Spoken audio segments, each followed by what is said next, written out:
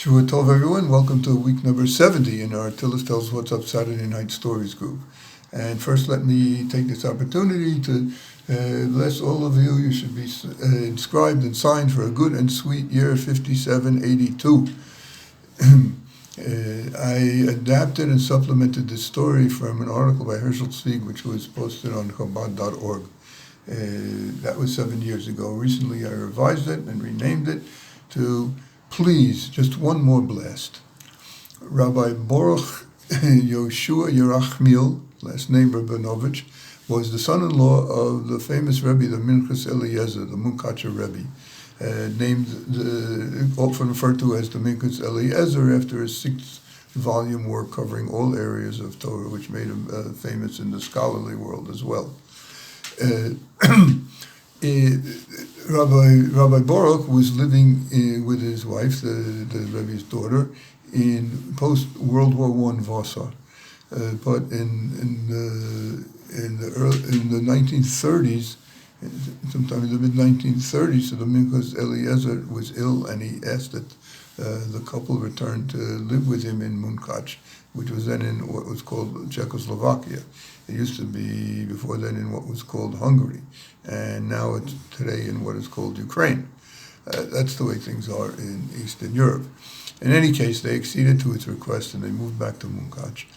And it was there that they had their first child. They'd been married for a long time, the couple without children, and they had their first child, a son, who they named Tzvi Nosson David, and they called him Tzvi. And the Minchat Elazar was especially taken with him. It was like his favorite grandchild, because they had waited so long, and he would give him a lot of attention. He would play with him, and on Shabbos he would hold him on his lap at all the Hasidic gatherings, and they became very close. In Elul of 1937, which was his last year on planet Earth,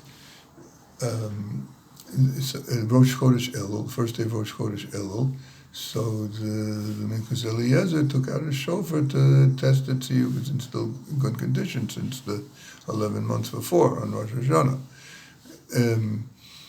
And so he blew a few test blasts, and little Tzvi, who was there, got very excited.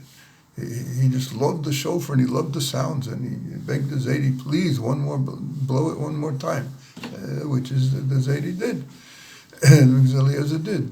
And so it was through all the days of Elul. The Minchat Elazar would blow the required notes, the few required notes, and Tzvi would beg him, blow one more blast, blow one more note. And he would blow once more for his little grandson. On Erev Rosh Hashana, so Tzvi was anxiously awaiting one more time the shofar, and what happened is the Zaidi didn't blow the shofar. His grandfather, the Rebbe, didn't blow the shofar, and he got very upset. Demanding that he blow the shofar, demanding that the Zaidi blow the shofar.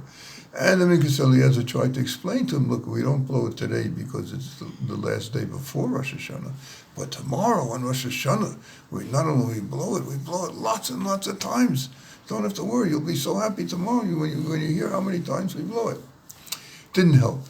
By this time, Tzvi was throwing a tantrum, he was yelling, he was screaming, he was kicking, please, one more blast, please, one more blast, please, one more blast.